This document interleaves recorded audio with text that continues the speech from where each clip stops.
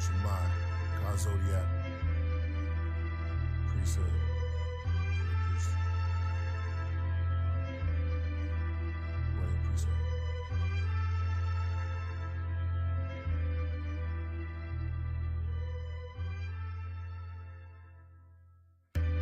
Yeah. Royal Priesthood. In 86, the devil raised the bar, but I'm a hurdler. And I'm the good thief. I sneak in your toxic house, the burglar. The musical Merkaba came to set free the Lucifer worshippers. Like James Bond 007, the soul of an old legend. Negative energy murderer. Good or evil, angel or demon interpreter. Kings with frankincense and myrrh. And perfumes anoint me soon as my birth occur. Like Ben-Hur, I'm indigenous to Gilgamesh. With brilliantness became the builders of the pyramids. Now we lost in American North wilderness. I became the force, a poor man's ventriloquist. On the island far away from home like Gilligan. Took us from our villages till we find our way back through resilience and our diligence. Through rags and wave caps, black fists look militant. And college remembrance, while living ignorance. Driving kids with innocence, dreams fly limitless. Straight towards the nebula, with cannon or the terror. Black boys face, we all in this together. I chase demons in my cape, my sword and my scepter. His brother Glow the Great, the lord of this era. Royal priesthood, gold plates and treasures. Anubis, my eye, weigh your heart against the feather. Carted Satan out your soul, lifting him out, he's on a stretcher. With my divine helicopter, with shocking propellers, outlines made of copper. The fortune teller, my dragon glows green like matcha. New York regalia, like Robin Walker is the prophet Walter. From the days of Iron Sheik versus Sergeant Slaughter. Blue around my garment borders, fringes, execute vengeance. Mathematics, Qurans and Taurus. Rock the head of Horus, rocks in the watch is gorgeous. Behind my will, it fell into the wheel, metamorphing. Start spinning clockwise and counterclockwise. On the outside, my car became a flying saucer, straight through the orbit. Use my mind. Lose my mind. I will. Use my mind. Yo, masquerade killer, Michael hijacked the sun, matinee thriller. Zombie apocalypse, a center for disease, says my tracks are way iller. Isodrenochrome cubes keep they cabernet chiller. And thought is thought, they don't want you to think. Knowledge is power, shock the flowers, make my aura look pink. To know the ledge, godly hour, push your thoughts to the brink. You can't even close your eyes, become a corpse if you blink. Where the oracle sink, I was born in the Sphinx. Copper DNA necklace with historical links. Hiding poison in the food, in the water you drink. Cause they raised done and they just biding their time. Throw food the lost tube coming down on my mind. Stab you with a light ray cause you was dying to shine. Then I disappeared like a truth post in your IG. Holy Spirit dripping like a ghost in your IV.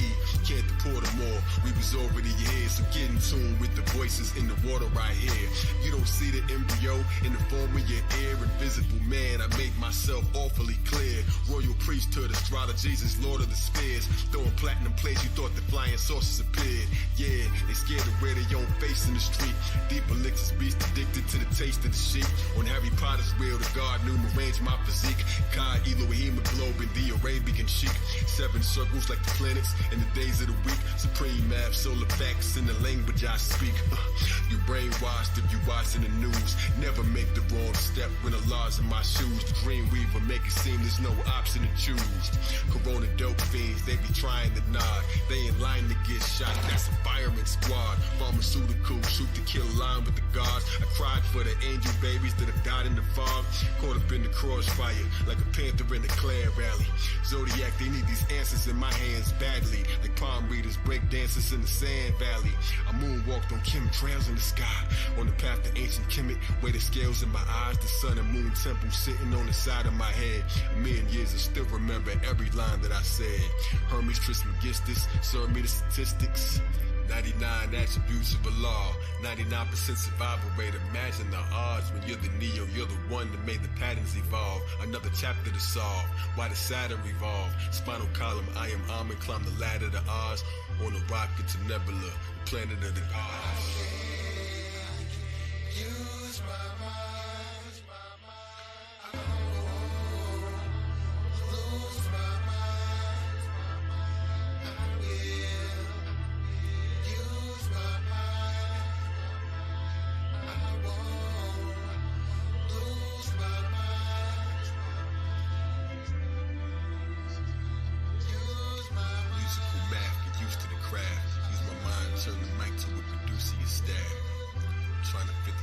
shapes in the box. Tetragrammaton, Tetris, see my face in the watch. Circle of life displayed in an arrangement of clocks. You can't be so diplomatic when you're breaking the locks. God Zodiac, Killer Priest, Wrong Priest.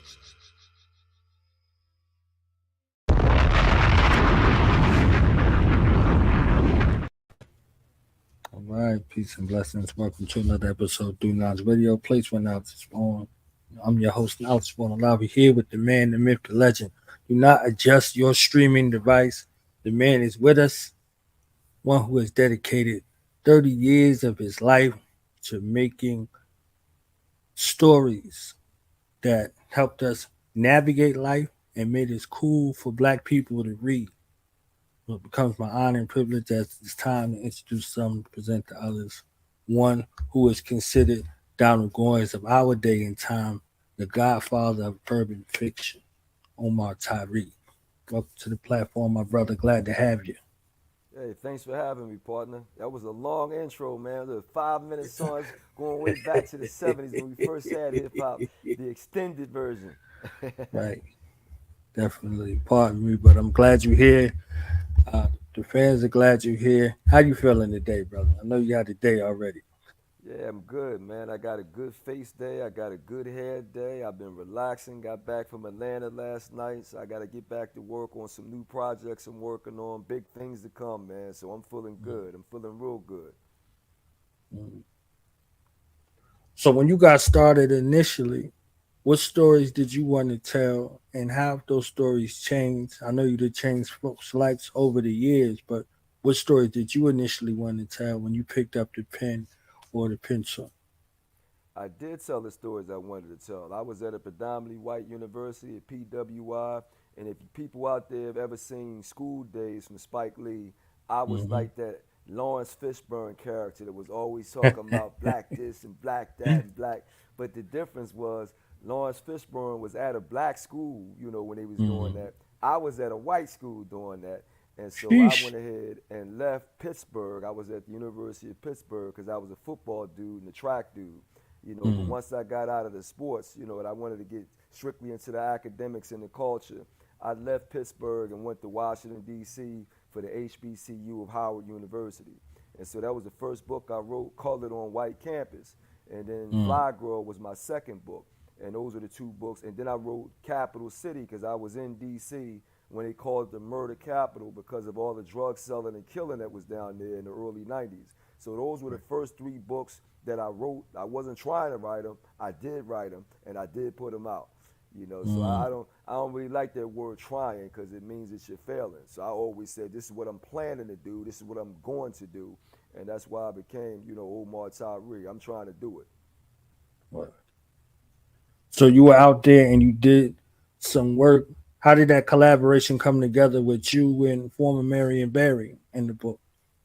Well, Zane, my good sister Zane, that everybody knows for the erotica fiction, I was with her yesterday in Atlanta. She was down in Atlanta yesterday. We was talking about imprints and stuff because I'm about to do that now, do my own imprint with the young people Mm. coming up under me. But yeah, she had her own imprint and she needed a writer for Marion Barry. So she called me up, knew I went to Howard, knew I was out of the DC area, my professional, journalism skills. So they called me up and said, would you want to write Marion Barry's book? And I was like, what? Marion Barry? Of Exactly. course, Right. So I did an outline, because he got a whole lot of information. So I did a 6-page outline on his life. And then I met up with him. They flew me up to D.C. to meet up with him in his office. And then I sat down with him and he said, you did this outline? I said, yeah. He said, this outline's good. I said, yeah, I'm a professional. This is what I do. I'm a journalist, dude. Like, I Right. do this. And he was like, how much you going to charge me for this? And I gave him my price. He said, we can do that. And the deal was done like in 5 minutes, man. He was that cool. Like, let's do it. Mm. And I already had my stuff ready to go. But then it took 11 months because he wanted me to be in front of him. He didn't want to do phoners and stuff. So it took 11 months. I had to keep driving to D.C. and sitting down with him. And he was going through dialysis. So he couldn't really sit for a long amount of time. So I would sit for 3 hours to get 10 minutes. This is crazy, man. Like, it was driving me nuts. So it was the hardest book I ever had to do because, when you're doing somebody else's book, you got to wait for their information.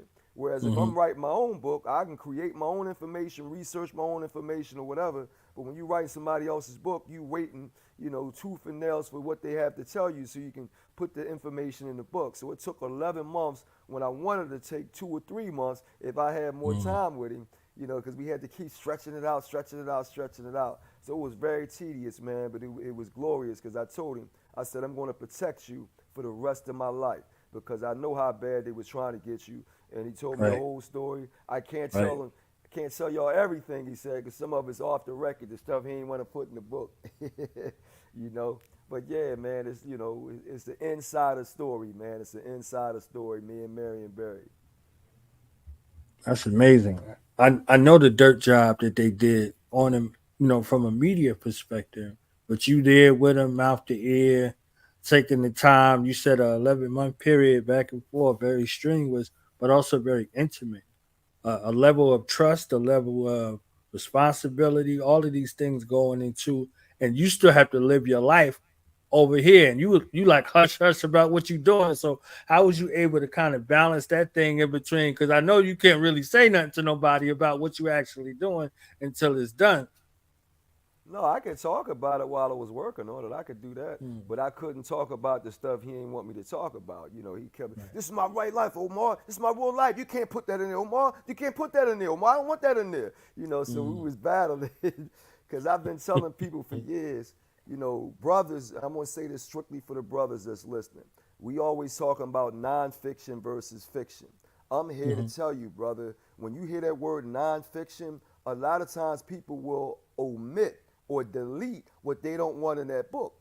mhm. So all this nonfiction stuff is like it's only the truth that they want to tell you. Because Right. Marion Barry, the stuff he ain't want in there, he's like, no, Omar, it's my book, Omar. You can't put that. Omar, take that out, Omar. So he wasn't going for it, and I get it. R. Kelly will never tell you what happened really. Usher will never tell you. You Right. Chris Brown. So when people get in trouble, they ain't trying to. P. Diddy will never tell you the truth, dude. You ain't ever getting that truth. So sometimes fiction, as Stephen King says, is the lie that tells the truth. Because when you don't have a real person there, you can be as hard as you want to be. You know what I mean? So that's just the reality of that nonfiction versus fiction. Brothers walking around telling me, I want the nonfiction, I want the true stuff. Everything I've Mhm. ever written is the true stuff, dude. It's just got a Right. different name on it. So I can say it like I really need to say it. But if you writing a nonfiction piece, man, people always like, can I put this in there? I don't want to mess my brother up. I don't want people trying to kill me. They get nervous about putting more stuff in there. But when you writing fiction, you ain't nervous because you creating characters. But dude, I ain't never written anything that ain't the truth. That's why people reading it because it's the truth. So yeah, that's what I want to go ahead and peep to the brothers because they have this big differentiation between fiction and nonfiction, and it ain't none. You know what I mean? It's like all of it's based on the truth. Definitely. Definitely. Definitely. Definitely. Truly, you dropped the bomb right there. I never Yeah, heard it put so eloquent and so real at the same time. The way you put it, yeah, definitely. Folks let you know what they want to let you know. You understand what I'm saying? And they calling yeah, it real, yeah, but they acting like it's not scripted. yeah. So, It's like them reality shows. You know what I mean? Like they call that real. They had an hour-long conversation. Then they start arguing and throwing stuff at each other. That's the part we see on TV.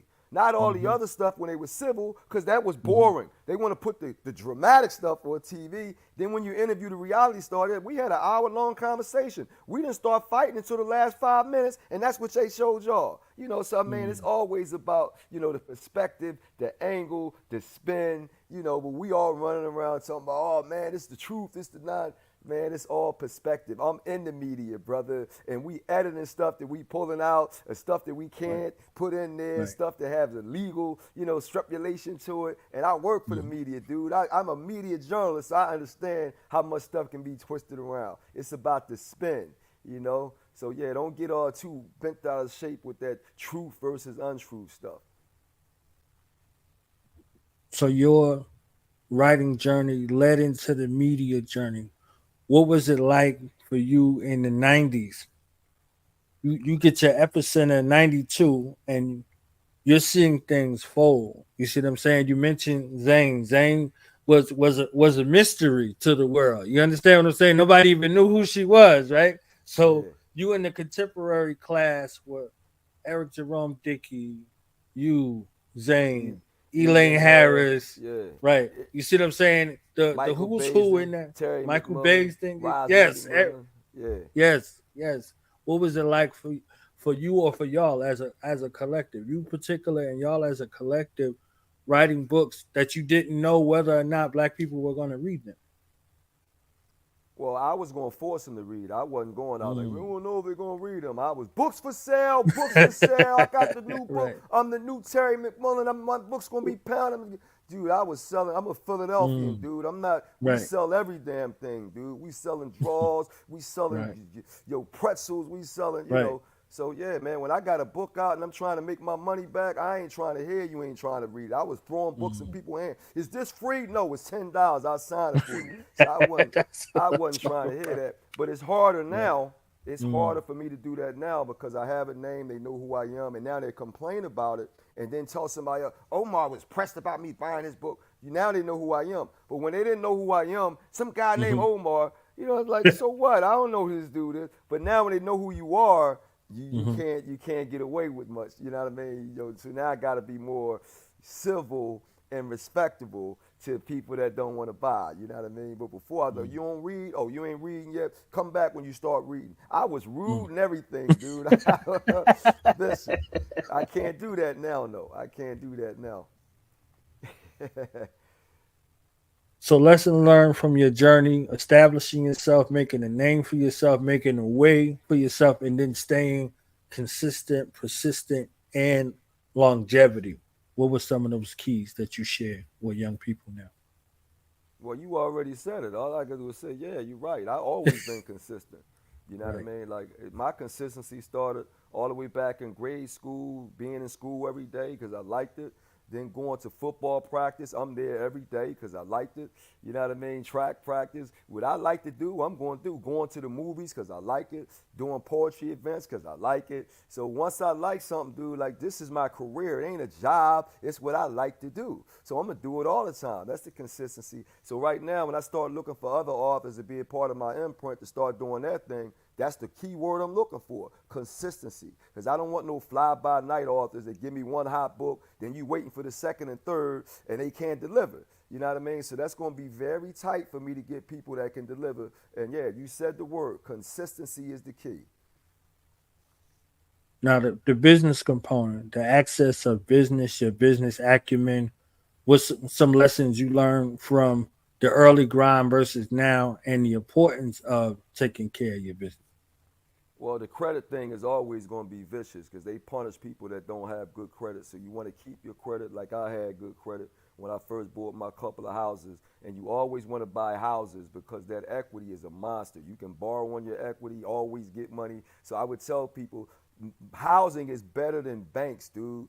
Buy houses. Don't even put your money in the bank because if you got 5 houses, you can get money. If you put your money in the bank and it run out, it's gone, right? But if you run out of money and you got a house, you can still sell that joker. So I'm telling all the young people, just buy houses for the hell of it, because that equity is a monster. And that's how I've been able to get money to do other things that I want to do. You ain't getting it from investors, but you can get it from the bank when you got a house. They'll give it up to you. So that on the economic side, man, keep your money tight and buy housing immediately. Do not buy an apartment. If you got money to afford a house, the hell with an apartment. Buy a house ASAP at 21. I don't care if you 19, buy a house. That's what I would tell all young people when you start talking about money. I'm about to buy a whole bunch of houses now so I can flip money and do some of these movie deals that I can't get financing for. You got to buy Mm. housing to do it.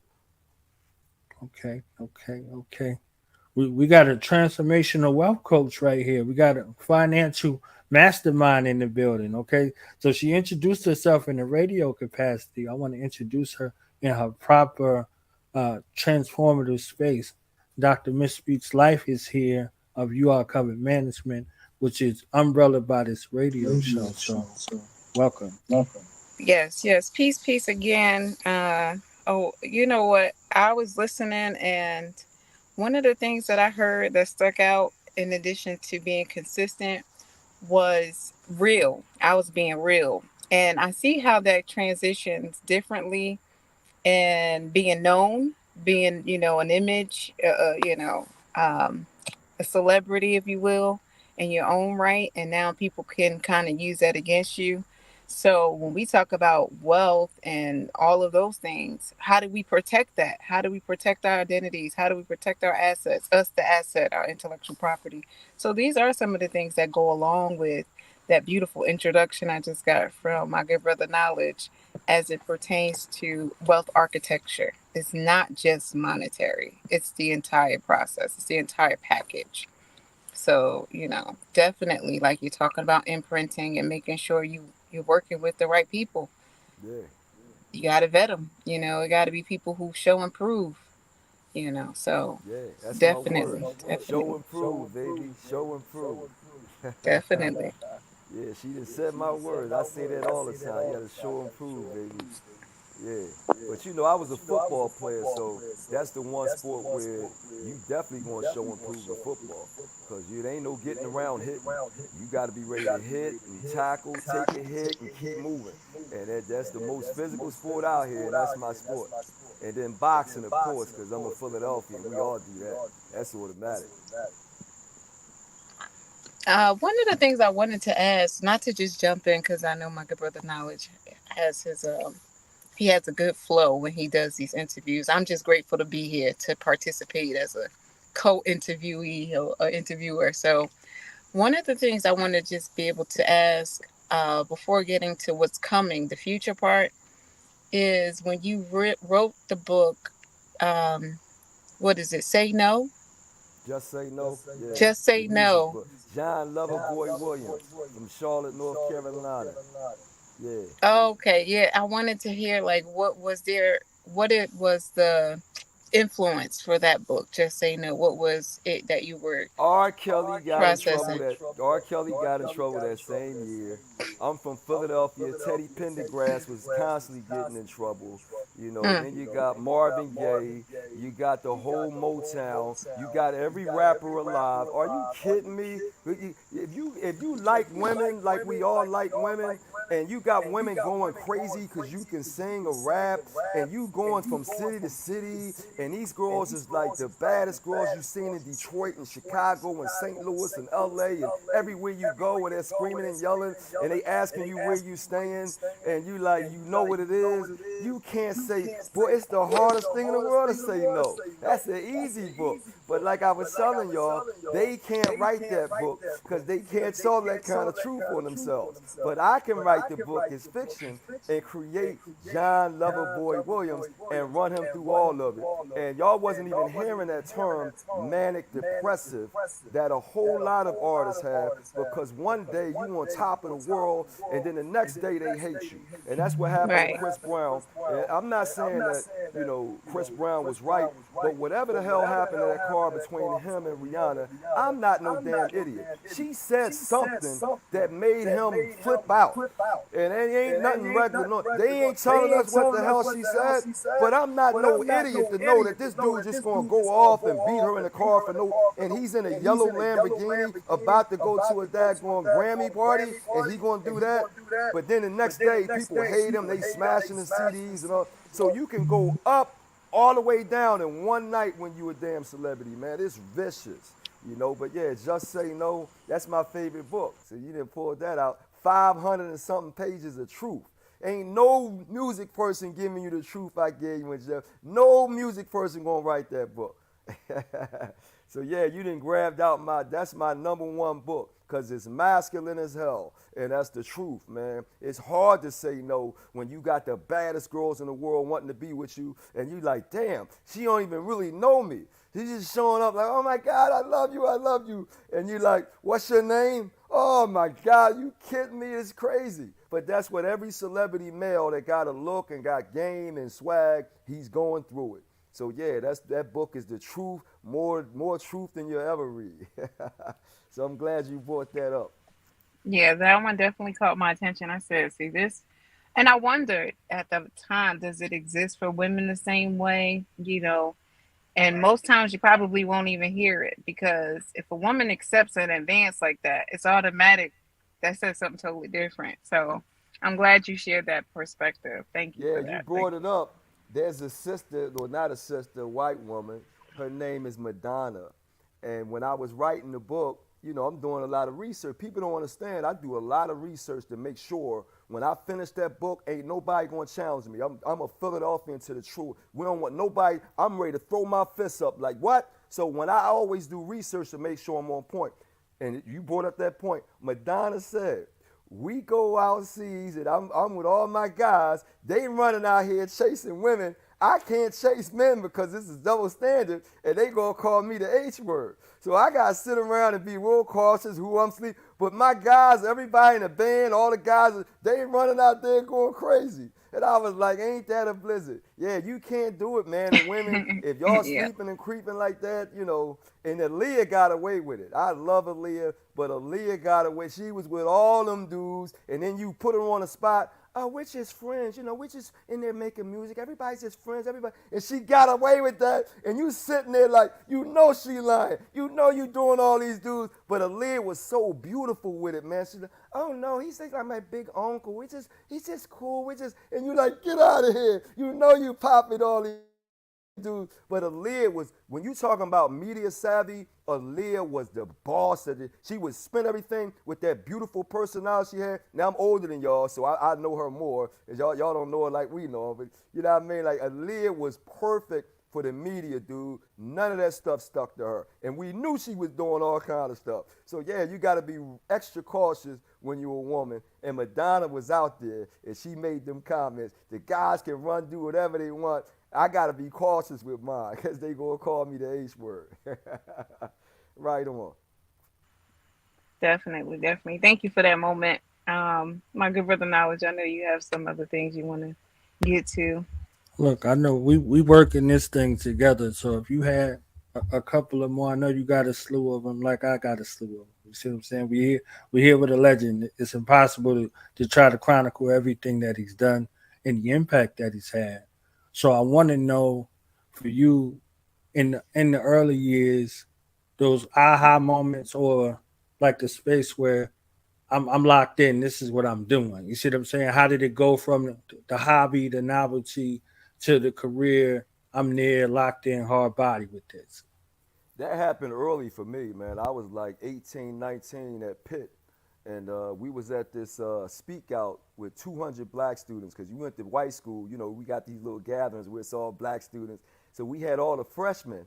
It was 200 of us, my freshman year at Pitt, and I was always one that would talk about stuff. Like I had that, you know, I'm going to talk about whatever we got. I was always one that would speak up. So we had this dude from Pittsburgh. You know, when you from Philadelphia and you go to Pittsburgh, we like the dominant culture. You know what I mean? We from Philly, y'all from Pittsburgh, y'all, you know. So we got the dominant culture. So I had a dude from Pittsburgh to try to challenge me. Hey, Omar, man, you always talking about these stories and you know so much and you always speaking out. You need to write a book or something. And when he said that, you know, typically with black people, we always back down from intellectual stuff. Right? If we talking about fighting or getting girls or dressing or being crazy or getting money, we always ready to jump into that. But when you start talking about being smart and intellectual, we back away from that. Like, oh no, man, I just got lucky. Oh no, I ain't trying. Because you know they gonna beat us up for that. Oh, you think you smarter than somebody? You think you know something? You a nerd? So we beat each other up. Black people crazy. We beat each other up for being intelligent. So when he did that, what we typically would do is back down. Oh, no, I ain't going to write no book. Oh, man, he said that. I was like, yeah, I'm going to write me a book. All 200 people was like, you said you're going to write a book. I'm 18, 19 years old, but I was already writing. I was helping other people with their English papers. I was in the highest level of English my freshman year. So y'all already know I'm a writer. Y'all already know I'm a storyteller. I'm always talking. So, man, why can't I write a book? So I stepped up to the plate. They wasn't used to that. But like I told y'all, I'm a Philadelphia, man. That's what we do. When the boy come to your house and knock on your door and say, I want to fight, in Philadelphia, you come outside and put your fists up and your parents is watching. So I'm like, all right, you say I'm going to write a book, that's what I'm going to do. And that's what I started doing, man. 18, 19, I went right at it, brother. Ain't nobody playing. We had to spend all that money to buy them books in college. I said, man, you can make money selling books because we spending like $50 a daggone book. And that was back in the day. Now you got all these books that like emailed books and online books, but they ain't buying it. We had to buy big-ass textbooks, man. You would spend like $300 on books every semester. You know what I mean? When you going to college. I went there, I know. You know, so yeah, man, that's how I just stepped on up. So I was always ready to go, dude. Like when you play football and they throw that ball down, you got the equipment on, it's time to go, dude. Ain't no, you know what I mean, half step and you running right into that dude, smashing it. So that's the way I do everything. And you know, a lot of people wasn't used to that in the book game because they wasn't used to dominant, aggressive, you know, powerful men. Like, you know, a lot of times when you're talking about intellectuals, they come off soft and effeminate and shy and soft. That I'm like, dude, I ain't got time for that. So when I first came in, a lot of people that was in the book game was like, who this guy think he is? He's too, because I brought too much swagger to it. They wasn't used to that. I brought like rapper swagger to the book game. You know what I mean? They weren't, that's why I was marketing stronger, harder, everything. You know, even now when I do this endpoint, I know who I want to go after. I know how I want to market. You know, so I can't wait, man. I'm gonna tear this thing up. But yeah, when I first was challenged, I came right out with my fist up like it's Rocky. You know what I mean? West Philadelphia, born and raised. You know. Yeah. Exactly. So did you take any kind of literary cues from anybody? Was you a Donald Goines or Iceberg Slimhead or anybody like that, or did you just come into this in your own merit in regards to your cues? You reading everybody's stuff. You got to read Hmm. everybody's stuff. I've been telling people for years, I'm an Iceberg fan. I respect Donald Goines, but you got to know who the master is. And so I always throw that out as a litmus test. If you read both of them, I always say, who you like more, Iceberg or Donald?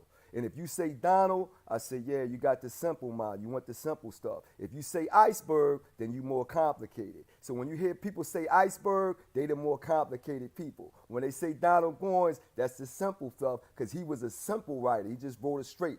Iceberg had the way complicated. He had the Pimptionary in the back of the book, so he wasn't even going to break down the language. If you didn't understand what he was writing, you had to go to the back of the book to find the lingo, then come back. That's complicated. I was like, this Iceberg is the dude, and he was older. Donald Goines got inspired by Iceberg. So understand who was the master. Like if you go into a kung fu movie, it's the master with the gray hair, the old white master. You know what I mean? Then the young boys learn from them. But I grew up on kung fu movies, so I always know who the masters is. It's them old heads, the gray haired dudes, the monks, them 50, 60, 70, 80-year-old dudes that teach the young boys. Donald Goines was the young boy. Iceberg was the old head. But yeah, you always got to read them. I've read them all. Doc. So I'm not sure if you want to pivot forward. So I heard that's where we started, and I'm excited. I mean, you're a burst of energy. You Thank you. know, that in itself is just amazing. You know, to Yeah, be well vetted right into it. You're a pro, but you still have like that passion, that zeal that most times you only hear when people are on like their first, of something. So to see that you've had this longevity in your career and it's still this fire is amazing. So that's inspiring to me. And I'm sure those that, are able to be around you are inspired as yeah, well, just in the mere moments. Like, oh snap, I gotta get my life together. I need some oomph. I'm from New Jersey. So yeah, yeah, so I definitely appreciate that. Moving forward, with the new book, I know this is why we're here. You're, putting it out there and you want to have as much exposure as possible. But what are some of the things that you really want people to connect with, like they connect with you, like how, just you being a dynamic energy, how do you want people to connect with this new book, Control? Well, first I want to comment on that energy. It's really a blessing and a curse because a lot of people can't keep up with it. I'm 55 years old now, and people are like, you fit, and I, even me, I'm like, how the hell I get the, what the hell happened to 30 years? So I don't walk around with that 50. I walk around like I'm still 25. I still got that bounce. My body is still in, you know what I mean? And then I look at my pop is 75. He's still walking around like he in West Philly, strolling sideways. So I'm like, and then my mom was young with energy, and she used to call me hyper all the time. She never called me bad. My mom wouldn't let you call me bad. He says, he's just a little hyper. You got to give him something extra to do. And then I'm in Aries. So when you talking about fire and passion, we like the kings of it, man. Like I was born with all that. So it wears people out. You can't take all of it. You know what I mean? So it's like sometimes I gotta fall back when they can't take all this energy, man. But it's great now at 55 where I gotta start working with the young people because I can still outlast them. I can still out hustle them. I can still, you know what I mean? Where they got energy, but I ain't no old man. You know what I mean? You out talk them, all that. But they got the new stuff, that new social media stuff with the numbers and the followers and all that. So they in charge now, but I still know what I know as far as putting it together. And I got a lot I can teach these young boys. So I can't wait. But yeah, the energy thing, man, you know, it's a blessing and a curse, man. It really is, because a lot of people can't take all that.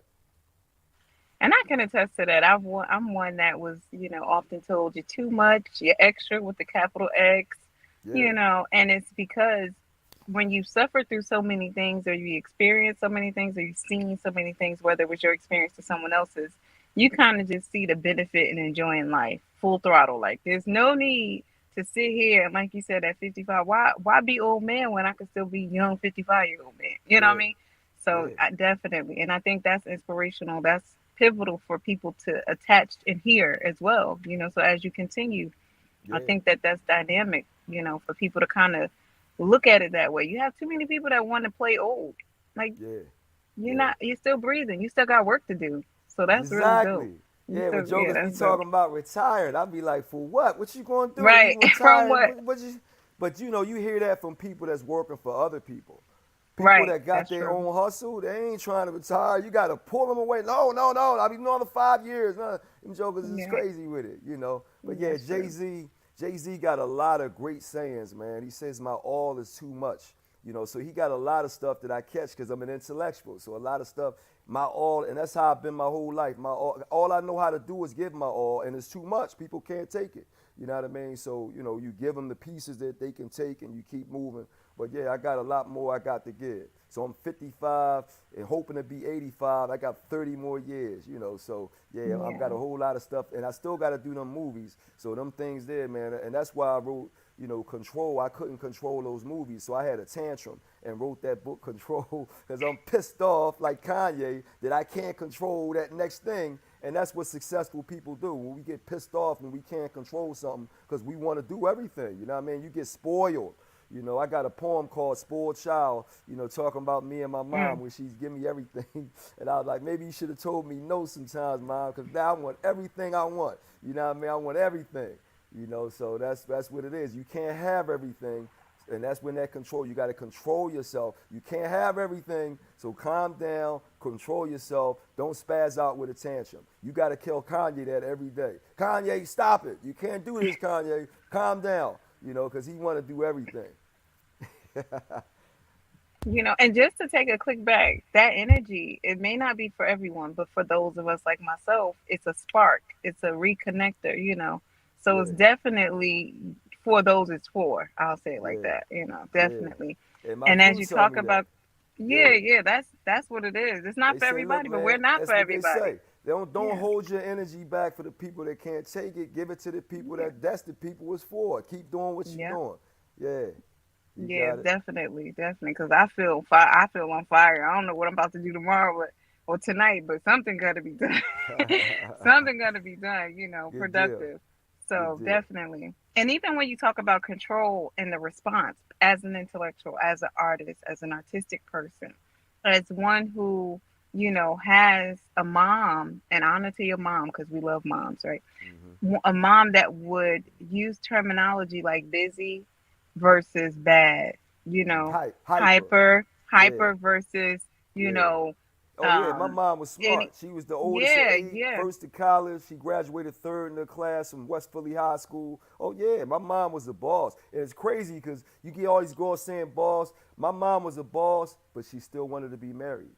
And I said that story yesterday because I was an unruly child. I would not have been here if my mom was like, oh, I can do bad by myself. No, my mom was like, I mm, still want a man. I still want a husband. And my son needs one because this dude is, I was crazy. You know, all my cousins, tell you, I had a cousin that came to this event in Atlanta yesterday.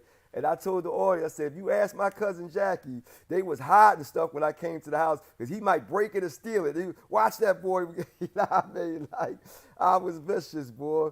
But I end up with a stepfather who was 6'4", 230, and all West Philadelphia man. And he was, 21 years older than me. So I'm like this little kid, you know what I mean? Like 9 years old or 7 when I first met him. And he was like, look here, boy, you not going to punk me. Now you're going to have some new laws, some new rules, some new regulations. And I'm looking up like this here, like, damn, it's a big dude, And my mom told me, like, she didn't want to date no soft dude. My pop is a hard dude. You know what I mean? So it's like my mom was like, I ain't dating no soft dudes. I got 4 younger brothers and I'm in the hood in West Philly. Oh, no, you going to have some protection. And so, I was raised that way where, we ready to battle. We ready to go at it. But if I didn't have that stepfather, I wouldn't have graduated into black manhood. So I've never been arrested. That's powerful. Outside of driving, speeding tickets. They always get you for that. These daggone speeding tickets. But outside of that, I had 6 cousins in Philly. I'm the oldest cousin because my mom was the oldest, my pop was the oldest. 6 of my boy cousins died before 25. Great. But if I was following behind them, trying to protect them, I'd have been, so I had to separate like, yo, dude, stop, because you telling them, don't hang out with them dudes, don't do this, don't do that. As soon as you leave, they go do it anyway. You know what I mean? So it's like, it's hard, man. So I had to have, independence to get out of there and understand you can't be intertwined to that nonsense, man. You got to do what you got to do no matter what. So the discipline that I had from my stepfather, for myself, was dominant. And then I got 2 sons. They ain't never been in trouble because they got to deal with me every night, and they already know what it is. You know what I mean? So when you got a real lion in the house, when you watch them animals, them lions in the damn variety, dude. So it's crazy because people look at me as an intellectual, and I am. But when they hear me speak, they like, oh no, he one of them damn 60s and he's one of them Black Panther dudes. He's one of them Muslim type dudes. Like, he ain't one of them damn effeminate book writing, but he's smart. And I'm going to push the smartness and intelligence, but I'm always doing it for the people. It ain't just for me, it's to do something for the people. So every book I write is for us, to uplift ourselves and understand what we're going through. That's powerful. That's powerful. So shout out to moms and stepdad and dad, of course. That's dope. And I think these are the things that connect the audience on a deeper level. When we have moments like this, we can kind of get some insight, what was going on, what inspired a book, like being able to say, I just had a temper tantrum. I was upset because I couldn't control things. And instead of me having the type of tantrum that would have landed me 6 feet under or behind bars to the point that you just made, I redirected that energy into something that's going to put some money in my pocket. Yeah. That's going to still continue my legacy. And These get are my the mind jewels and the gems, and focus me, right? So these Yeah. are the types of gems and jewels that, those coming after you and coming after us, they need to understand, like, how do I divert this energy? Because I'm really ready to hurt somebody because they're playing with it in my face. You know what I'm saying? And that be the real thing. We know they're playing in our face a lot of the times. Now, or you dangling a carrot. I'm not chasing a carrot. I know who I am. I know my gift. I'm not doing it.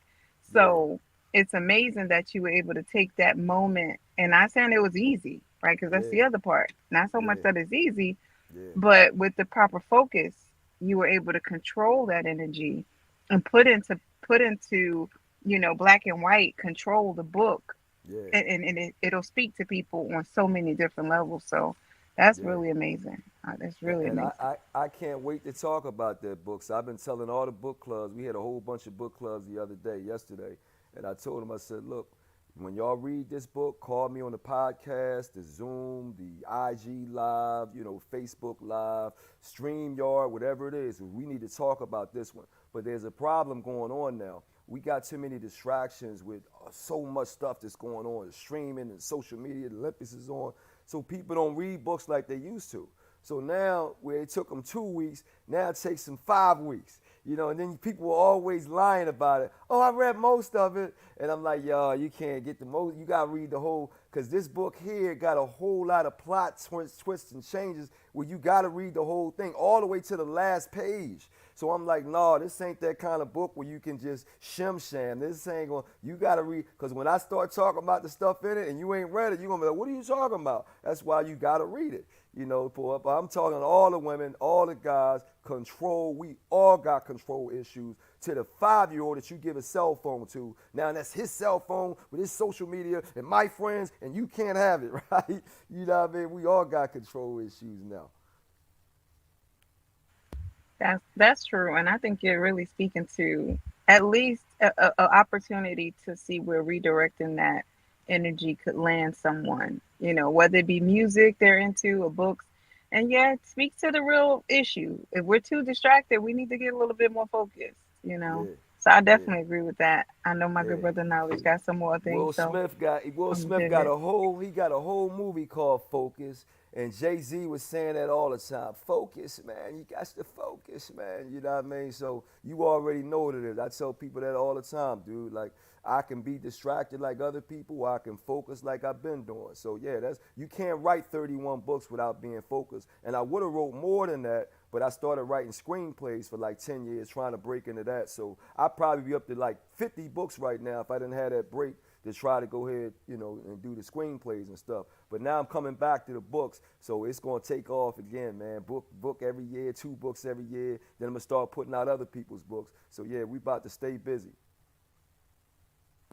Now, is screenwriting, is that just a format thing for you, or is that a whole thing that you gotta immerse yourself in? Because is that two different parts of yourself, or is it from the same source? Is this expressed a little different in regards to screenwriting versus writing a book or writing poetry?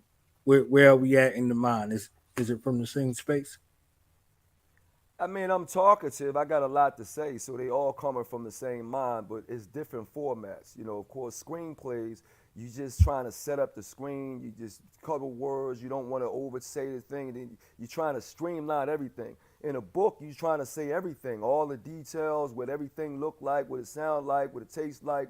You ain't gonna do all that in the screenplay because they gonna have sound, they gonna have lighting, they gonna have. So you taking a whole lot of it out. So they still say when I write you got too much information in the screenplay because I'm a novel writer, so I'm always adding stuff to it. And then when you're doing poetry, you got people that write long poems, which I can write too. I had some poems called Sound Waves when we was all in, Philly and DC and Baltimore. That's when I met Jill Scott in the 90s rather, before she started doing music.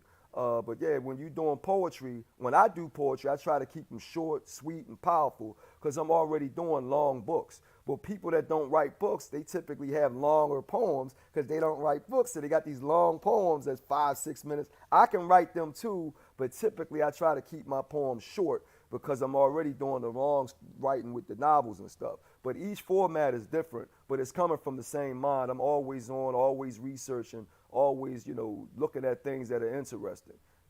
But yeah, it's different formats. So how did you get your feet wet in the journalism arena? Well, the journalism, I went into English at first, and it was ironic because I left Pittsburgh, I went to Howard, and I was going to take English at Howard. I had 3 white female teachers that was pushing all the white classics in English.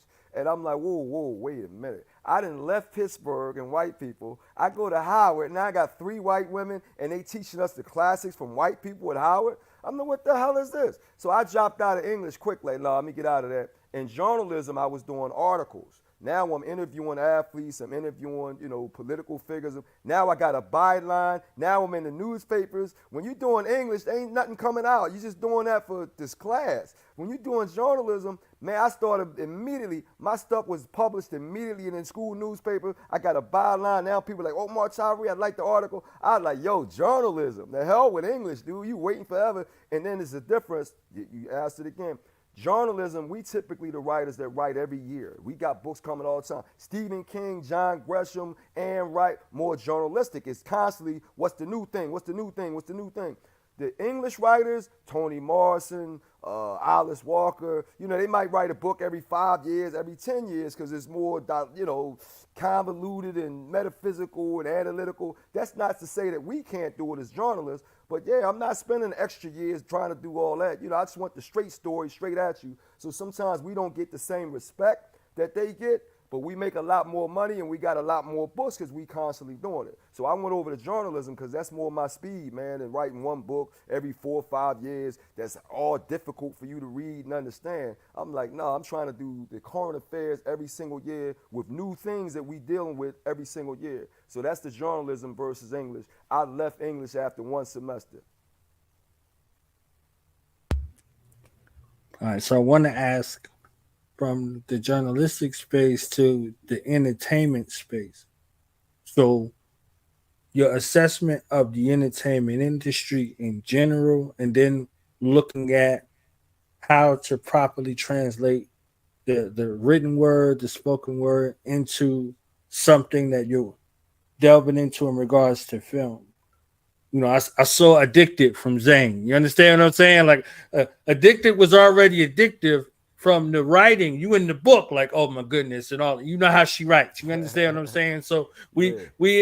we in the Flyy Girls, we in all of the joints that y'all are writing and reading. You see what I'm saying? So now you're visualizing something in your mind already, and you know better than anybody because character development. You had to put every single detail there. You like, damn, like this is what he eat, this is what they do, all of that. You understand what I'm saying? Like, so now, how do you take all of that you put from here, and then shop it out in the entertainment industry in a way that's palatable for what you have, because you're one that stands on integrity. Most folks is like it don't matter how it's perceived or how it's out there or how folks are represented.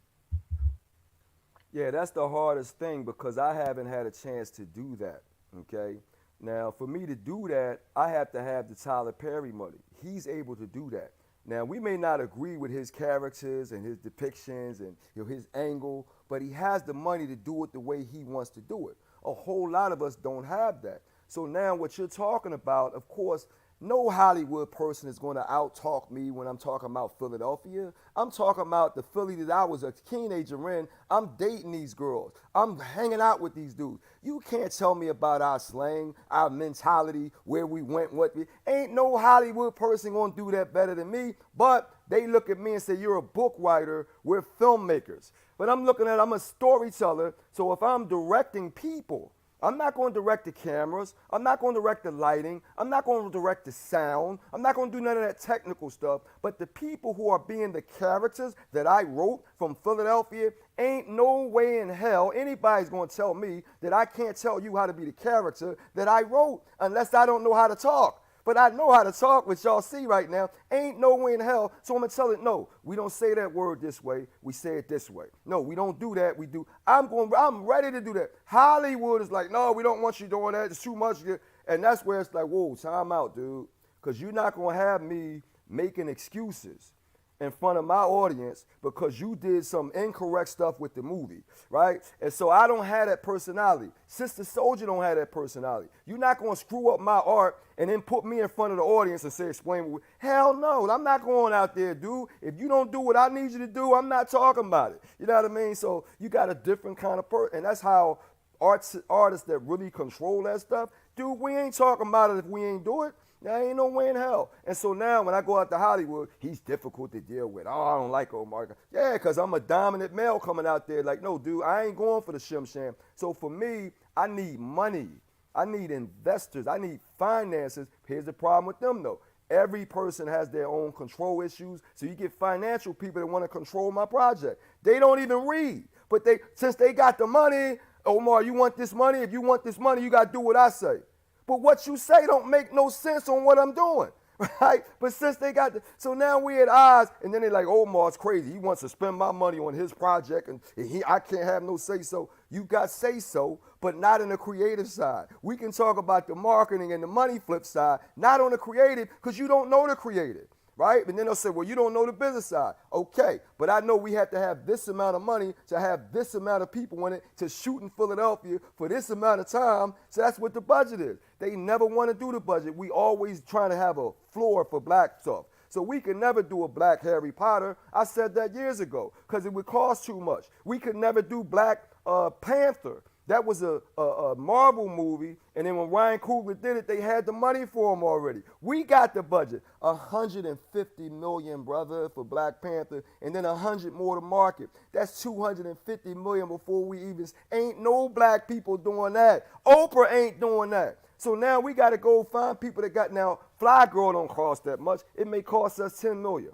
As soon as I say 10 million, black people running for the hills. 10 million, that's a lot. White people average 50 million on people we never even seen before. Like, who's this white person? Y'all spent 50 million? We can't even spend 10 million on a classic book. Man, it's just, it drives me, man, you know, man, that's why I had to calm down and put out that book, Control. So I haven't had an opportunity to show what I can show because I don't have the capital to do it. And I keep trying to write smaller projects, but they don't want the small projects, man. They see that Rolls Royce in the back. I want that Rolls Royce. You can't afford the Rolls Royce. Get this Honda, get this Civic, get this daggone Toyota. You can't afford the Rolls Royce. But that's all they talk about is the Rolls Royce, and they not putting down Rolls Royce money. So it's, man, that's what I'm talking about. It drives you nuts. So all the stuff that Kanye do, that's how I feel. It's as spazzed out as Kanye is when you can't get a chance to execute what you know you can do. Dot. Great. Nah, that's completely understandable. Completely understandable. And I think it speaks to the real nature of the artist. I think all three of us are artists in our own right. I've sang and I understand what you're saying to the magnitude that I can understand it, right? I'm not an author yet, maybe, because after today with you and all this fire you got, who knows, you know. I might need to go write something down. But you know, I think that just speaks to the creative frustration because there's so much in us. You're speaking from, I hear visionary, I hear you can see the project from the beginning, the middle, the process of it, the end. Yeah. And to get people on board to actually see what it is you can see Yeah. and feel as invested in it it's difficult, right? Because they may only see the beginning or they may only see the end, you know. So some parts are missing, and here you go, you can see the you can see the whole thing. Yep. And that can be very frustrating. So I know definitely. I have that analytical part, so I understand the other end of it too, right? Because I'll say all the time, knowledge knows I'm not the artistic one. Somebody else got to do it, right? As it pertains to like graphics and stuff, like, can somebody else do this? But I understand when you're limited. You know, I understand being limited. Even as a full visionary, I can see the project I'm doing. I had an event. I wanted to look like this, sound like this, feel like this. I'm setting the atmosphere. But if I don't have the ability myself to see the full picture, or if I'm working with folks that can't see the full picture, there's going to be frustrations. That goes back to that control. How do you control those frustrations? And now that we know these issues exist, and this is my thing, you know, when it comes to You Are Covered, there's a handle that I have changed the narrative because I'm really passionate about how we handle each other.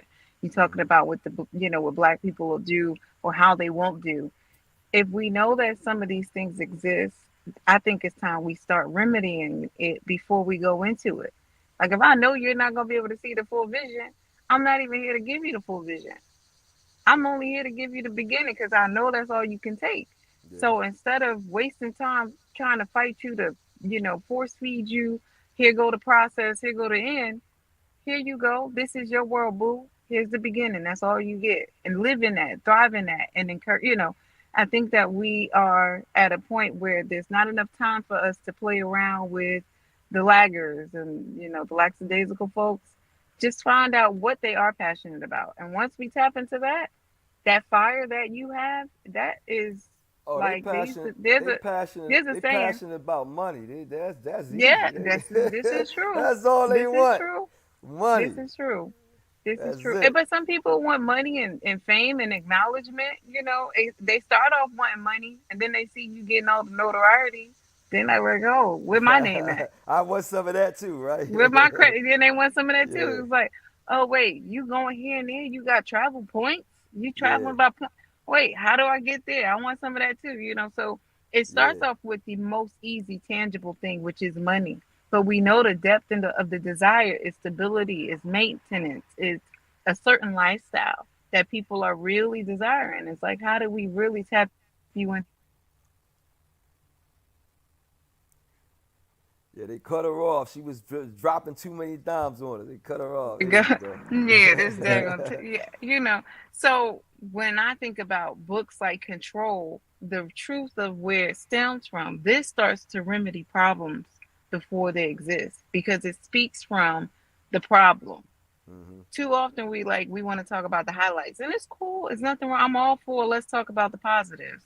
Hmm. We know enough of the problems, but when we talk about a problem, why not talk about the solution from the inside out, the Hmm. strategic part of it? So, hearing you talk the fire, all of it to me says, oh, strategic plan. Again, knowledge introduced me as a wealth architect, so that's how my brain works.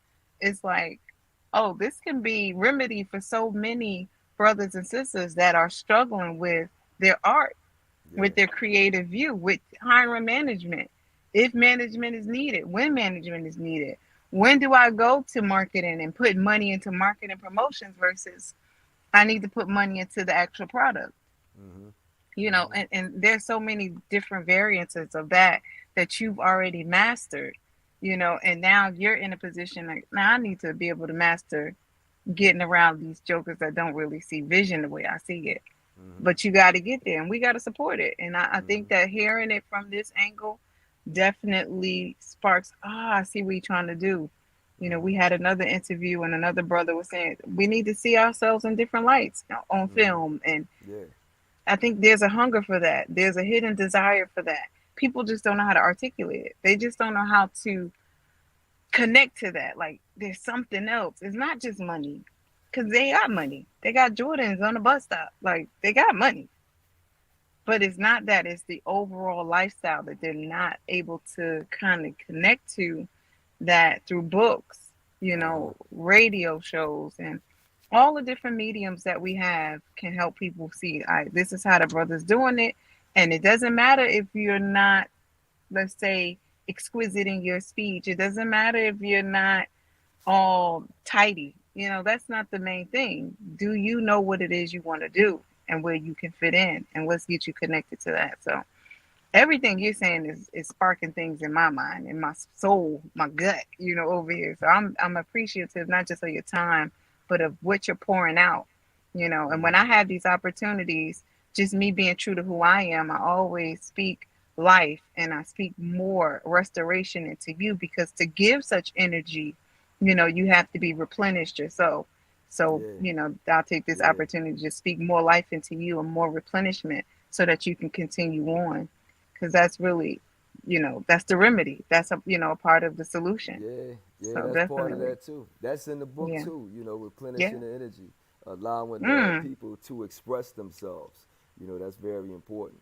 That's a part of the book too. When we start talking about men and women, and when you have energy, I had to go through that whole thing of how many women do I need? Because when you got energy, we wear y'all out, and it's like, man, and you really start looking at that animal kingdom, and you got like five, women in the pride, and you got that one dude. He got to have a whole lot of energy for. But when you have that, it's like you wear. If you just with one woman, man, it's like because you can't hang up with man. It's like golly, boy, you get distracted. What else I need to do with all this extra energy? So I mean, it's really hard, And now we got women that control their more purses.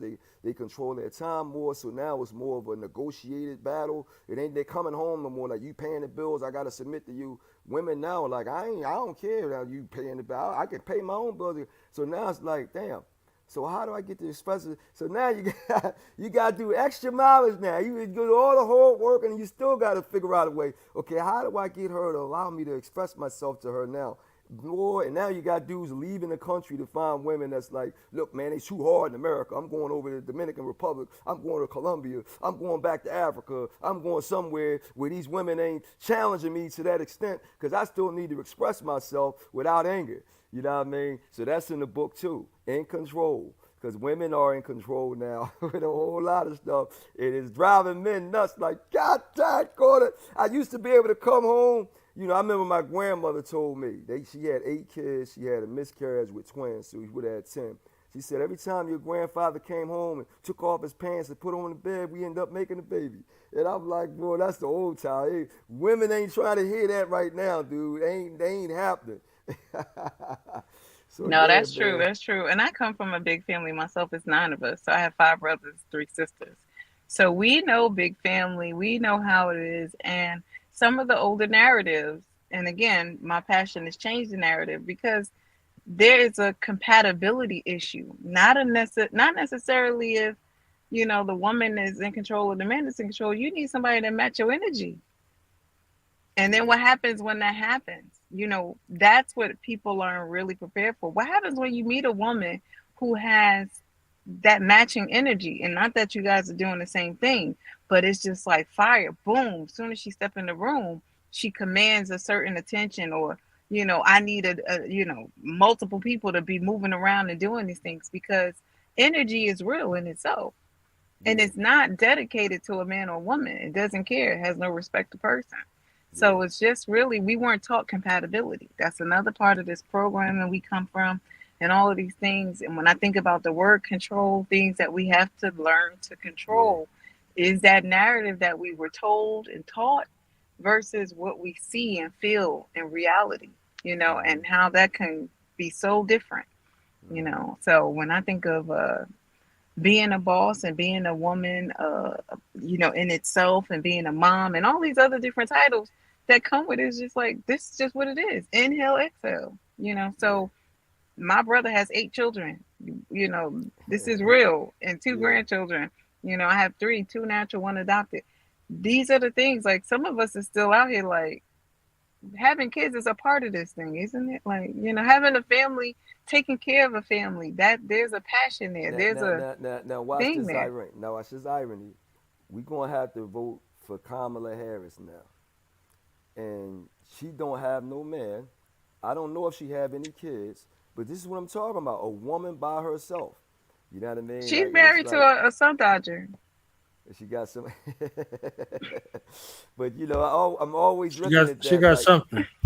She yeah, got something. I don't know. I don't know. you got a corporate woman, and I always look at corporate women and say, where do you go? Now you're a corporate woman, but you got a man. You know what I mean? It just becomes awkward. It's just like it's awkward. Now you got a corporate woman, you the boss, but you got a husband, so you still got to lay down for the husband. It becomes awkward. I don't even know how to talk about it with women now. It's like because at the end of the day, I'm a man. I'm like, hey baby, you can run the whole country, but I'm still a man, and it becomes awkward. It's like, how do we even talk to women that wearing the pants like that, the bosses? I'm like, you can boss the world, but you still my woman. That's a different thing.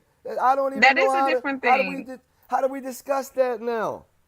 No, I think that it's simpler than it sounds because media makes it sound like, if she's talented, if she's educated, if she's a quote a boss, then she definitely is not this, that, and the third, like a wife, right? Or feminine is the word they want to use, or nurturing. And that's a lie, but that's what media does. So if they're gonna lie on these ends about all these other things, what makes you think they're not lying about this? There's even a scripture that's used to support it, like the prophet is not welcome in his home, because you don't need to be a prophet at home. You're a prophet outside of home. So you take off those titles and what you need to be at home. If you're mature and healthy mind, you understand that there's no battle. There's no issue with submission. You don't have all of these narratives, this rhetoric that's going on. They're happy marriages. My parents just celebrated 35 years in marriage in July. Oh, that's beautiful. So my mom's probably watching right now. So there's certain things that I think we hear so much. And if not for people like yourself, like I said, platforms like this amazing Do the Knowledge radio platform, Yeah, people will really fall subject to the rhetoric, hands down, no thought, not thinking for themselves, not challenging it, nothing. To the extent that they're ready to leave the country to go find something that's sitting next door to them because they were hmm told not to fall for the girl next door. hmm But that's probably the best person for you to fall for. She done seen you through the scrapes, as all of these different things. And sometimes it's what do you need versus what do you want. yeah, So that control. So I'm excited. I'm excited. All of this is just I'm excited for what your future has, and believing that you will get those deals. You will get what you're desiring. Although you went through the frustration, you did it upstandingly, maturely, And you might have said some things, you might be pissed off, and that's a part of it. But look how you redirected that energy. So what's next is the goal, Yeah, and we're here to support that. So definitely excited for you. beautiful, beautiful. You got any more questions, brother? we took more than 30 minutes, but you said that Hey, once I it's get to all talking. good. Look, Yeah. I appreciate it. I For sure. appreciate it. I've been on interviews, man, where they said we're gonna give you 3 minutes, and we'll be in there 15, 18. That's for the major radio stations. Right. They don't even want you on there. Like we just gonna have you for 3 minutes, and you get to talk, or 5 more minutes. Give them 10 more minutes. You know. Right. Always been Game that. And then, changer. they, and then they get rappers on there that don't even want to talk, and you got him an hour, and he ain't saying Right. nothing. He looking at his Not a damn cell word. phone. Yeah, he Right. looking at his Right. cell phone. Like, you get this dude an hour, and I can't get on the Breakfast Club with y'all, and you get this dude an hour. Come on, man. But that's how Right. they treat us intellectuals. And they got preset questions, and they sitting down with people that don't really like them. So by the time they find us, they like, oh, okay. Like, nah, I could tell you at 15 years old, I went to Livingston Mall and got your books because all of the girls was reading the books. You understand what I'm saying? So it's like, all Yeah, right. So I didn't like the fiction books. You see what I'm saying? yeah, But I started liking the fiction books. I got your books. I got Sister Soldier's books. I got yeah, Michael Bason's books. I got Eric Jerome Dickey. Rest in peace. You understand to that, brother? good deal. And Zane was right here. Zane was right on this platform, right here, like you are. You see what I'm Yeah, saying? So going through the yeah, history of erotica, her daughter is cool. That's a friend of mine. You see what I'm saying? So it's like immersing myself in the literary world where you put it the best.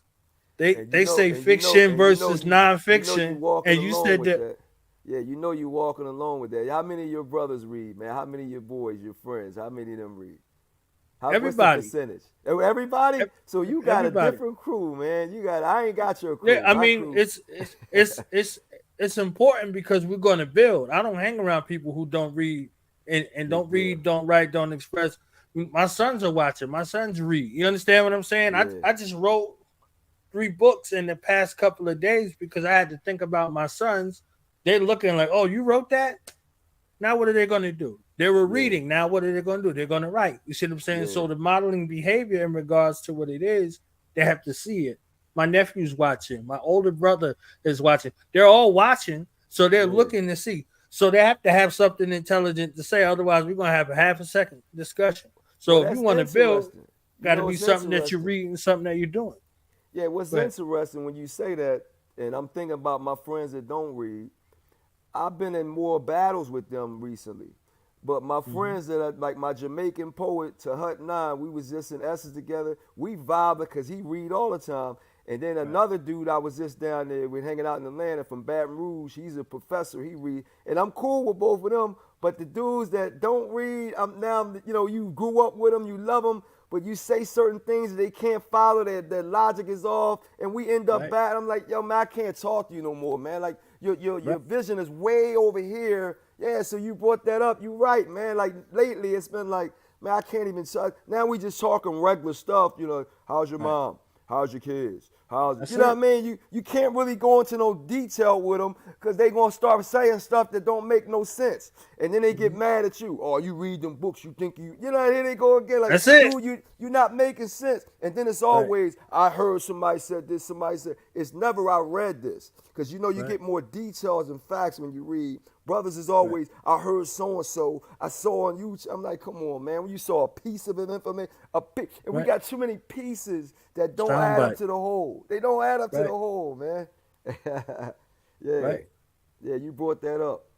Yeah. So shout out to them women that was young, them young black women, and you made it cool for us to read. You see what I'm saying? So Yeah, I was a young black man. I grew up with books, so it wasn't like, but I was that's a big acculturated. You deal. see what I'm saying? So I had Yeah, Message to the Black Man, Fall of America, Autobiography of Malcolm X at 7 years old. You see what I'm saying? Countering wow. the conspiracy to destroy black boys, 1 and 2 at Yeah. 7, 8 years old. You see what I'm Jawanza saying? Kenjufu, yeah, Hockey Right, Mata Booty. I know all right. them dudes, man. I've met all Yes. them cats. I remember when I first did Flyy Girl, Hockey Mata Booty from Third World Press in Chicago.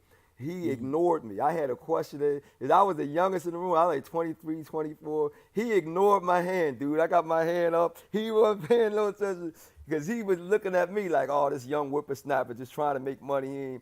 Then like 5 to 10 years later, he saw I was still there. And then he invited me out when I was out in Chicago. He invited me to his school, and he showed me all around. It was almost like, like I was the son now. He's like, Omar, you have proven to me that you not fly by night, and now I'm going to go ahead and take you on a tour. But I never got upset. I remember he ignored me, but I just stayed in the pocket, said, all right, he don't think I'm real. And then later on, he invited me back to the school in Chicago on the South Side. It was beautiful, man. But yeah, I got a lot of disrespect when I was first coming out because they didn't know what my intentions were and they didn't know how long I was going to last. The old heads are skeptical. So, Right. now I'm an old head where, I look at the young Now boys. you Yeah, now well, you making them show and prove. Yeah, right. yeah, but I ain't You going to ignore no young boys. I ain't going to do that. I'm going to go ahead and let them say their piece and then say my piece and then work it out. Yeah, that's love. Yeah, I, that's evolution of it, I right? remember reading Coldest Winter Ever in a day. You know what I'm saying? I remember like reading Sister Soldier's Coldest Winter Ever in one day. You see what I'm saying? So going through the books and all of that, no different than reading any of the other books that I was acculturated with. These other ones, this was a different sort of insight. So now I'm sitting in circles and listening to folks express themselves. I believe that space in regards to hearing stories and how stories affected people and how people begin to share their stories came from some of those spaces. I used a lot of the cinematic references, but in the literary space, I think the literary space was freeing to my mind and to my circumstances. My mother knew if I was in a room full of books, the world was safe. The minute I walked out of that door, though, the world was on fire.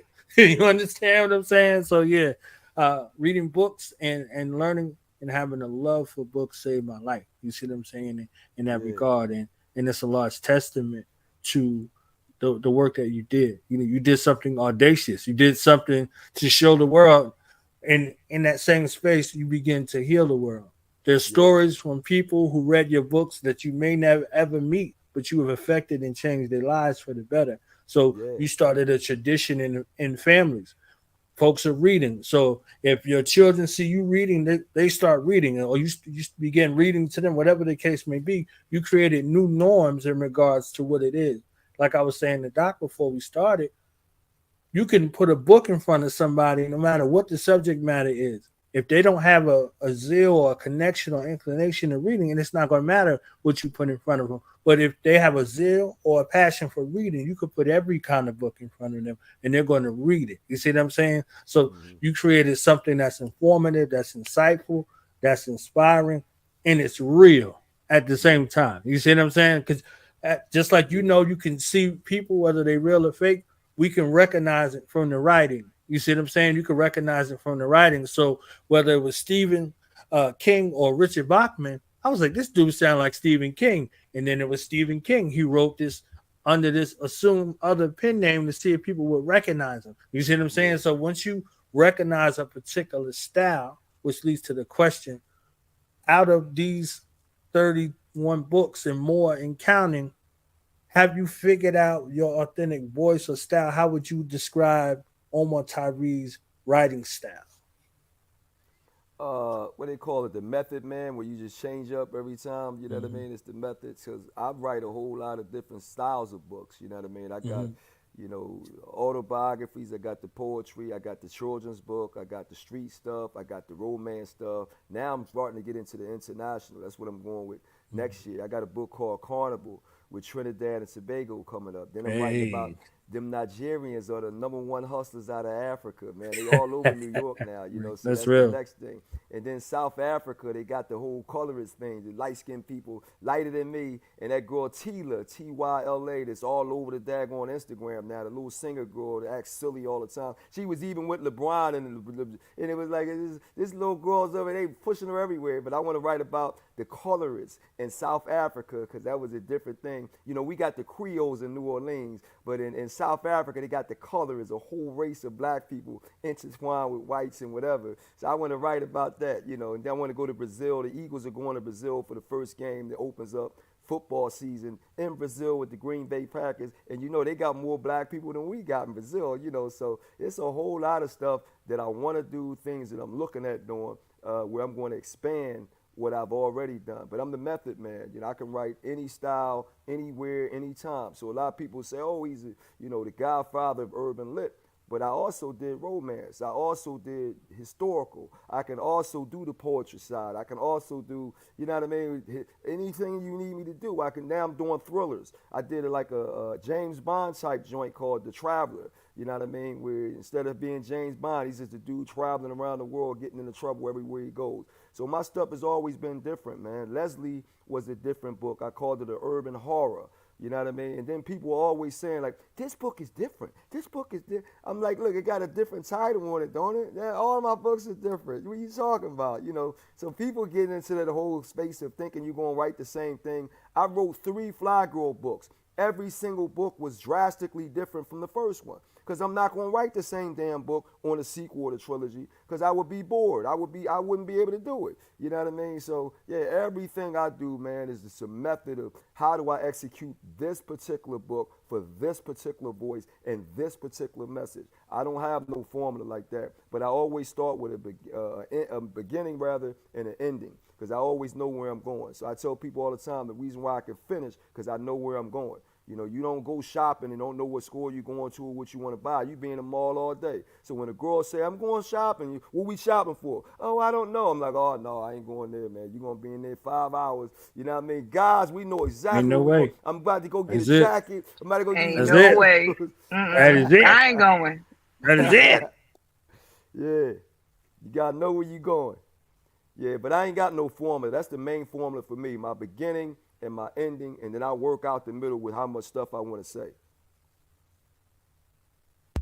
That Nah, that's dope. That's dope. That was a dynamic response, but I already felt it. You know what I'm saying? When I talked about the vision, having it from the beginning to the end. And thank you. And just knowing that there is a formula. That's what I wanted to say. There's a formula, and the formula, once it's done, that's a broken wheel. Rinse and repeat. That's how you get to 31 books. That's the consistency because you stick to the formula that works. You're not trying to reinvent the wheel. Yeah. You're not trying to be like any of the other dynamic authors that we've named that you may have worked with.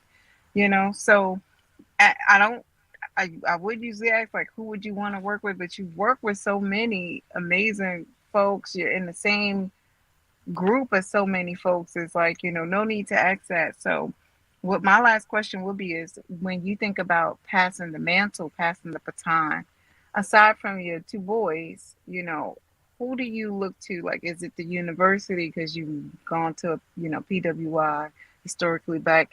Where do you see yourself really honing in on them last days?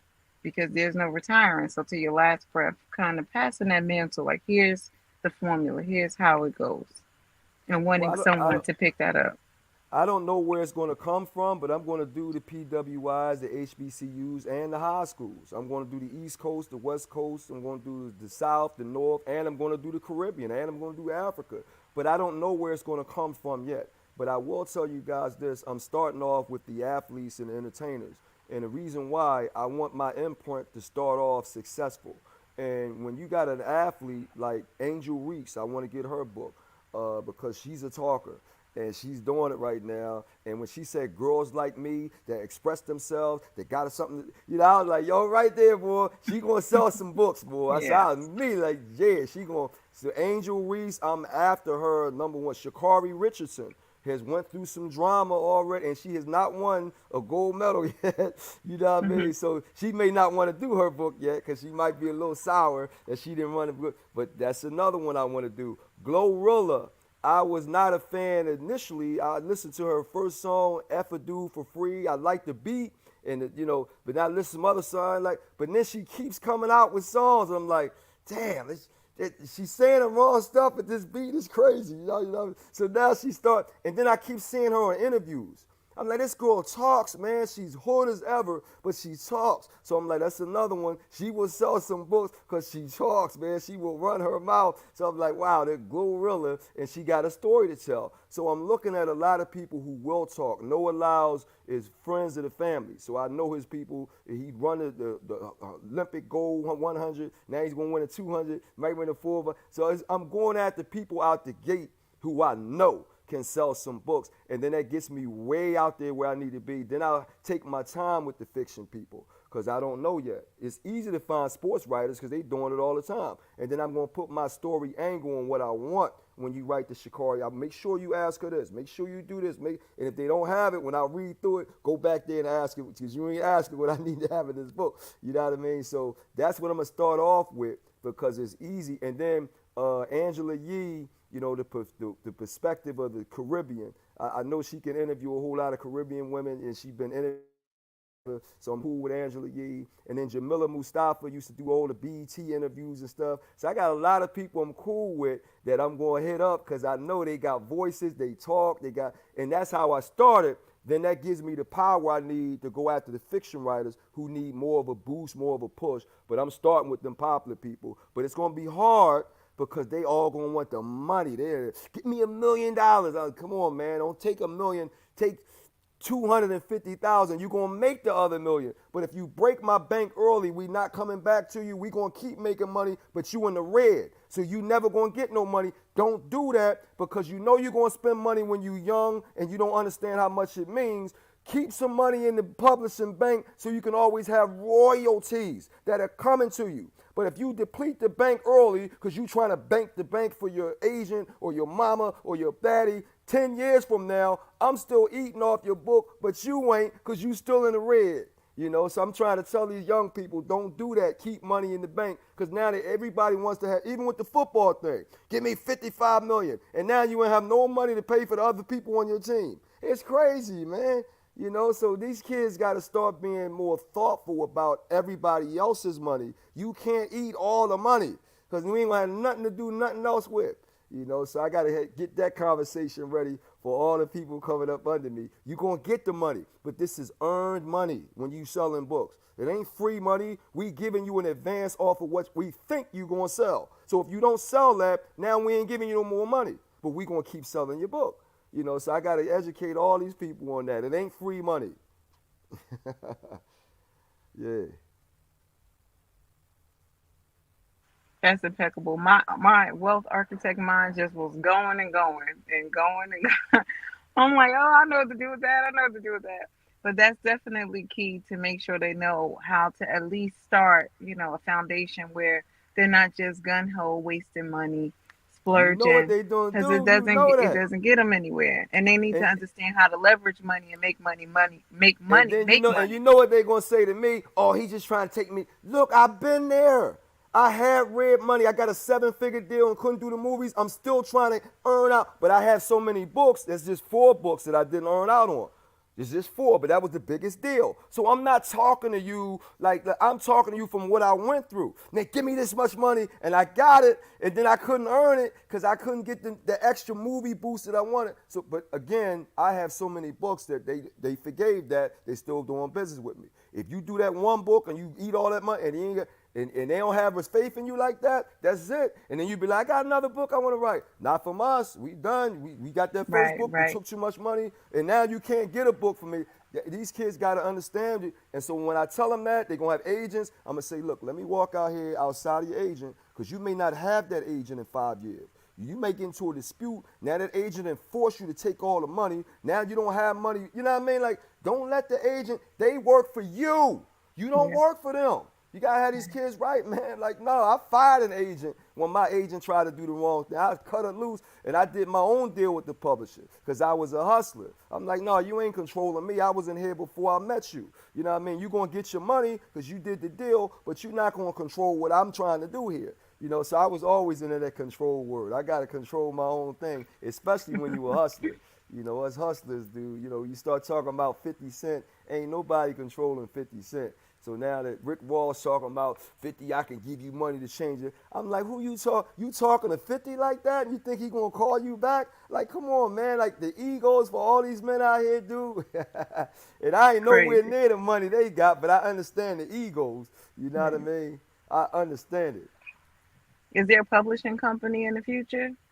Yeah, that's what I'm talking about. Simon & Schuster is who I'm with, and I'm trying to develop the imprint with them. In fact, as soon as I get off with y'all, I'm going to go back to typing up my letter because we going back and forth, me and Simon & Schuster. And they immediately, I gave them a list of like 20 different books, and they were like, you trying to do all these books? I said, I just want to get the first 3. I'm going to get the first 3 right now, and I can tell y'all, if I can get Noah Lyles, and I can get Glorilla, and I can get Angel Reese, I'm off, and just give me them 3, and I'm off and rolling. I got hip hop, I got track and field, I got WMV, and all 3 of them jokers are talkers. Because that daggone Noah Lyles is running his mouth right now. The first gold medal in 100 for 20 years, oh, he going to run his mouth, and that's the kind of people you want to sell books with. So I'm already identifying people that's going to blow the books out the water. I'm going to lead them to the fan base.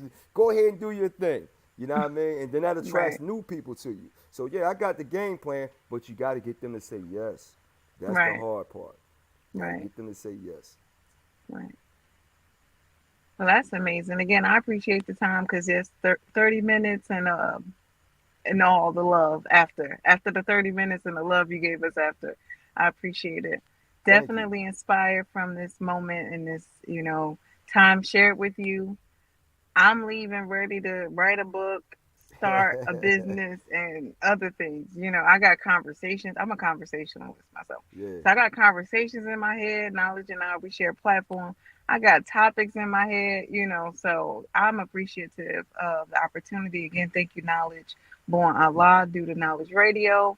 On behalf of myself, Ms. I Speak Life in Your Cover Radio, we definitely appreciate you and are looking forward to what's next for you. Brother Omar Tyree, okay? Thank you. Thanks for having me on. And you guys can always reach back out to me as I'm doing stuff. You got to keep doing the media stuff because social media is a monster now. I got 10,000 followers after being on that damn Instagram for like 10 years. And these kids got millions of followers. And then you got the girls that got 500,000 followers. And all she do is take pictures in swimsuits. And like, this girl, she don't want you responding to her. She ain't got no comments. It's just swimsuits. You got 1 million dudes following you. That don't work for us. I can't be in 100 different swimming trolls. They go the other side of that double standard. They go the other side of it. It ain't gonna work. Yeah. But that's the while we were interviewing, I got about 5 or 6 platforms that reached out to me.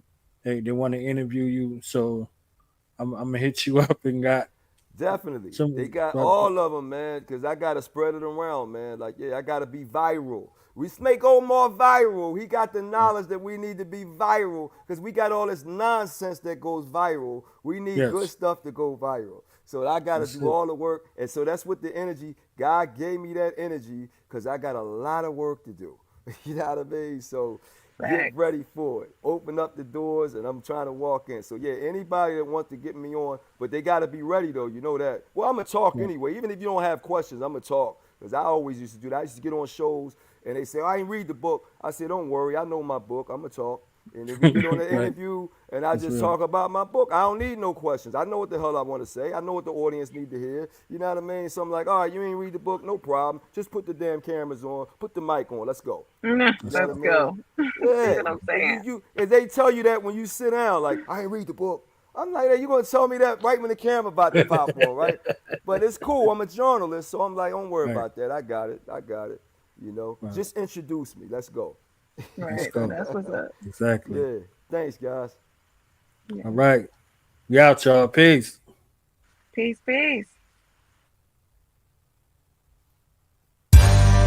Scientists study the rhesus monkeys near the eastern countries. Greece for Caesars and Egypt for mummies. She takes a sip of honey, the queen bee hides the hive amongst the trees. The monks roll up leaves, harvest rice and tea on the donkey. Flower nectar, lotus, they notice bees hungry. The powder's measured and put in grams in Pakistan.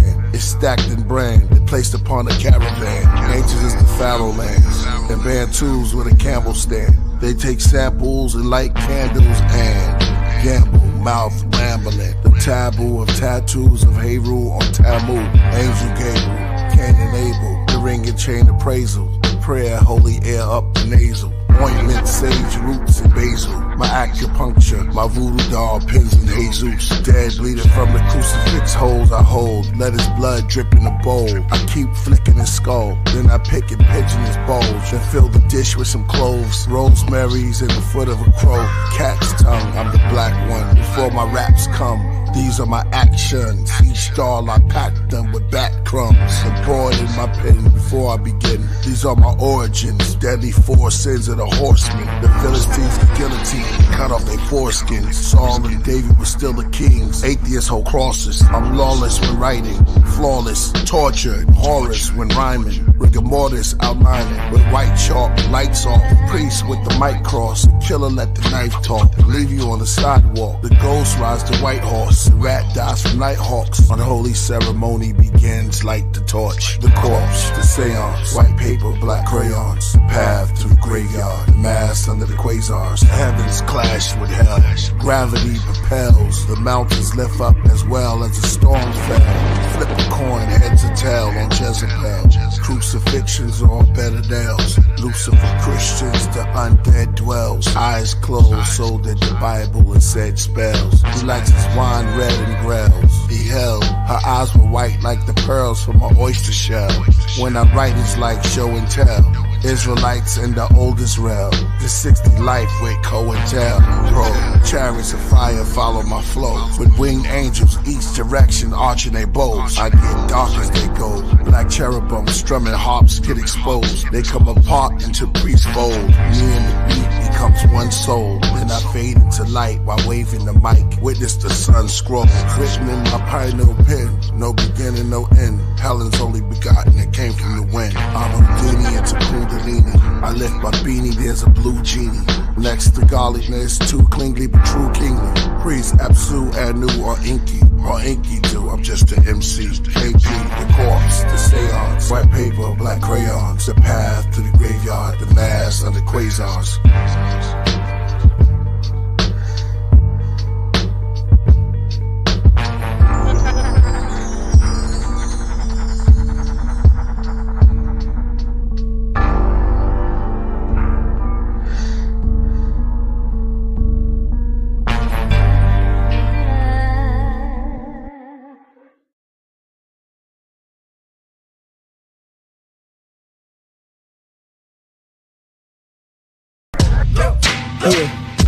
Yeah.